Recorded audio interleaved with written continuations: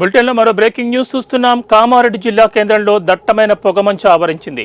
వేకుజామున భారీగా పొగమంచు కురవడంతో రాకపోకలకు తీవ్ర అంతరాయం ఏర్పడింది. మండల కేంద్రంలో పలు గ్రామాలలో కనుచూపు మేరలో పొగమంచు నెలకొంది.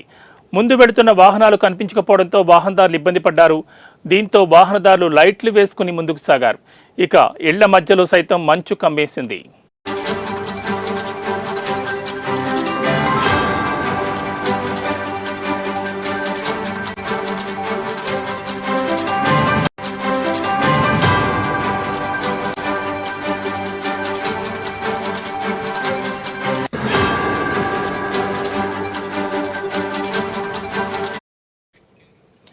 ఉదయం 9 గంటల వరకు పొగమంచు తగ్గలేదు.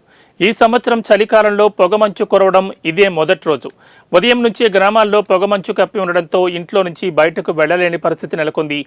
గ్రామీణ ప్రాంతాల్లో ప్రతినిత్యం ఉదయం వ్యవసాయ పొలాల వద్దకు వెళ్లేవారు, పాడి పశువుల నుండి పాలు పితికే వారి పరిస్థితి మాత్రం చెప్పనక్కర్లేదు.